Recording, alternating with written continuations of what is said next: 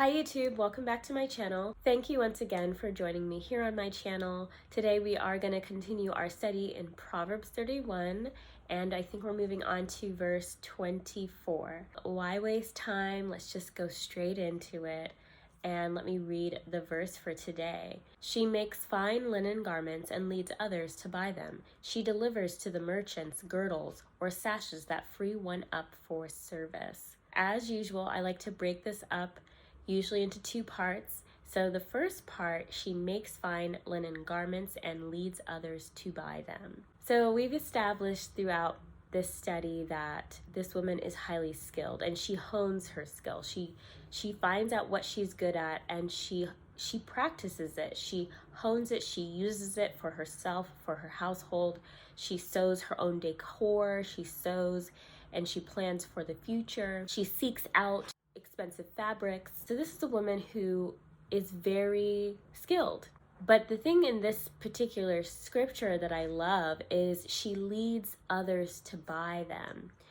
I think that this woman is a example of not putting your light under a bucket, putting your skills where people can purchase them, they can value them, be served by them. This woman does not keep her skills to herself. She doesn't say, oh, I can do this fun thing. I'll just use it for myself and my family. No, she makes sure she can expand this. She can scale it. This woman is a great salesperson or businesswoman. She's not just using her skills aimlessly. This woman is seeking out how she can make her skills fruitful, how she can sustain herself, her family, through what she can do. I think that this is something very different than trying to take on a career or a job for the sake of the money. It's very different than finding out what your skill is, honing it to a degree where it is of true value, and presenting it to people who want to purchase that value from you. I think it's a very different process than you say, oh, I want this much money in my bank account, let me do this job, whether or not I'm skilled in it, whether or not it gives me joy. This is not, I don't think, what this woman is doing. She's figured out what she's good at. She's considered the field before she buys it. She says, can I handle it? Is it something I want to do? Is it something I can do? Do I have the resource? Do I have the energy, the strength? In other words, she starts with herself. She starts with her identity and then presents it in a way that would be valuable to others. But she does not seek out a valuable position and then try and, shove herself in it. There's a woman like that. Her name is Jezebel. You can read about her. She did that. She was like, ooh, look, a shiny position. And she used what she had to shove herself into that position. But that's not this woman. She starts with herself. She starts with, what did God give me? And how can I make this the most excellent thing? And then I can present it as something worthy of being purchased because it is valuable. So I think that that's a really great challenge for us, that whatever skills that you have, you might think that they're just regular. Like, for instance, I feel like I have a skill in encouraging people, and I tend to keep that to myself, but I realize, like, sometimes people are really encouraged by my videos. I don't hear a whole lot of it, but I do hear every now and again somebody will say, wow, I really love your videos. They're so encouraging, they're so enlightening, or whatever. And I would think, oh, that's just for me in my quiet time, but why not share it with people? Of course, I'm not like making any money from this, but it still is a service that I can provide for other people, and they give me value even in just encouraging me to continue. So I think that sometimes we can think certain skills of ours are not worth other people purchasing or taking the time to share in those skills, but they are valuable, especially if you're just good at them and it doesn't take too much effort for you. You just enjoy doing it. It's something you do well. Why not share it and sustain yourself and sustain someone else at the same time? I think that's a great attitude to have towards your work. And in the second part, it says, she delivers to the merchants girdles or sashes that free one up for service. It kind of goes straight into what I just said about providing a service.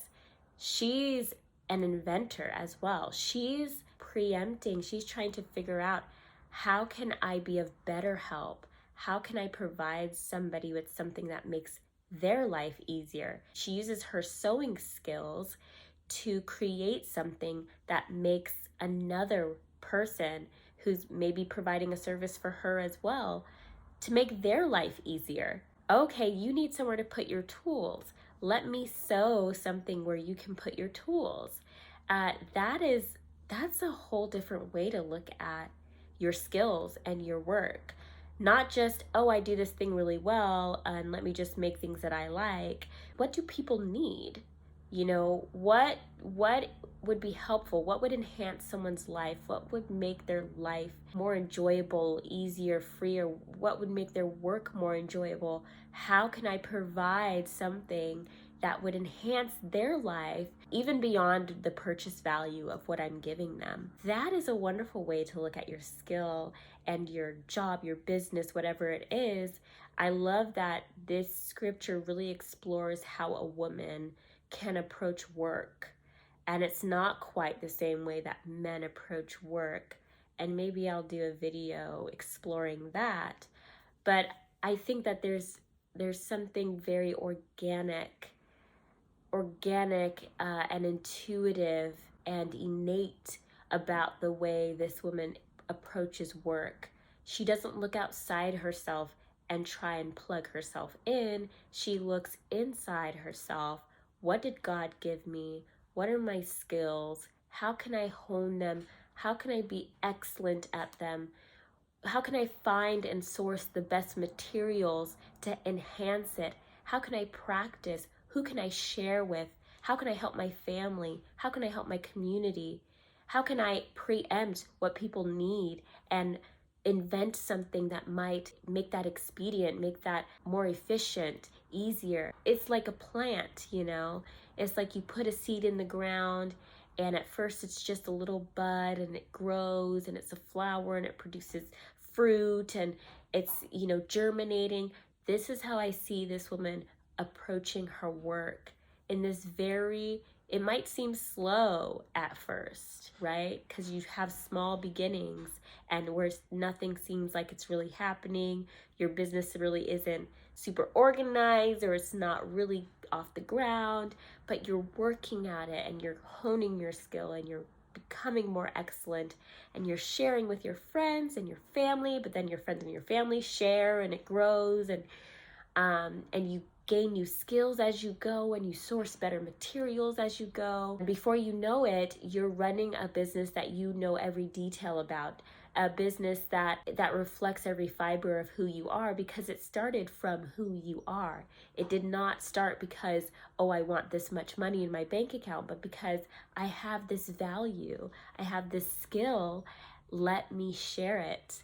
Let me find my livelihood through it, through this God-given talent that I've been given. That is such a much more sustainable way to work. If you think about it, to work from what you've been given rather than to strive to fit in to a position, but to create your own position in this life, in this world, by honoring what you've been given by God. That's where I'm going to leave our study today. This was really fun. I love reading the scriptures, and I'm excited to start implementing these things into my life. I am, as we speak, doing that. Speaking of which, I actually went shopping recently, and I was wondering if maybe you might be interested in watching a haul. Like I said in 2 videos ago, this woman, she dresses to the nines. She makes sure she looks good. I'll be excited to do that next week, and until next time, have a wonderful week. Bye.